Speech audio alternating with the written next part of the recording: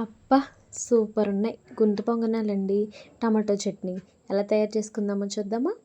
Already మా ఇంట్లో దోస పిండి ఉందండి. సో, అదే కొంచెం నేను గిన్నెలోకి తీసుకున్నాను. దాంట్లో ఉల్లిపాయలు, పచ్చిమిరపకాయలు వేసుకొని కలుపుకున్నాను. ఇంకా మీకు ఇష్టమైతే కొత్తిమీర, కరివేపాకు కూడా వేసుకోవచ్చు. బట్ నాకు అవన్నీ ఇష్టం లేదు. తర్వాత గుంత పొంగనాలు పాన్ ఉంటుంది కదండీ! దాంట్లో ఆయిల్ వేసుకొని స్పూన్‌తో కొంచెం కొంచెం ఒక్కొక్క గుంటలో కొంచెం కొంచెం పిండిని వేసుకుంటున్నాను. అలా అన్ని గుంతల్లో వేసుకోవాలి. మీరు ఎప్పుడైనా టేస్ట్ చేశారా ఈ గుంత పొంగనాలు? ఏ బ్యాటర్‌తో చేసుకున్నా బాగుంటుందండి. ఇడ్లీ పిండి, దోస పిండి ఇంట్లో ఏది ఉంటే అది.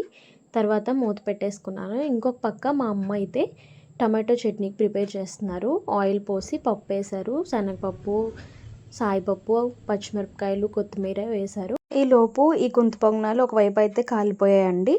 ఈ గుంత పొంగనాలు పాన్‌కే ఒక స్టిక్ లాంటిది ఇచ్చారు. సో, దాంతో ఫ్లిప్ చేసుకుంటున్నాను. ఒక్కొక్కటి జాగ్రత్తగా ఫ్లిప్ చేసుకోవచ్చు. నాన్ స్టిక్‌ది కాబట్టి ఎక్కడ స్టిక్ అవ్వలేదండి. నీట్‌గా అన్నీ ఫ్లిప్ అయిపోయాయి. తర్వాత ఆ కొత్తిమీర అదంతా తీసేసాక చింతపండు ఇంకా టమాటాలు వేసి ఆయిల్‌లో ఫ్రై చేస్తున్నారు చట్నీకి. అంతే, ఒక పక్క గుంత పొంగనాలు వేగిపోయాయి. సో, ఆ స్పూన్‌తో ఒక్కొక్కటిగా ప్లేట్‌లోకి తీసేస్తున్నాను. ఏ చట్నీతో అయినా బాగుంటుందండి. పల్లీ చట్నీ, శనగపప్పు చట్నీ, కొబ్బరి చట్నీ, అల్లం చట్నీ ఏ చట్నీతో తిన్నా చాలా బాగుంటాయి. ఒకసారి ట్రై చేసి చూడండి. ఏ బ్యాటర్ ఉన్నా ఆ బ్యాటర్తో వేసుకొని చేసుకోవచ్చు. ఇటు పక్క టమాటాలు అయితే వేగుతున్నాయండి.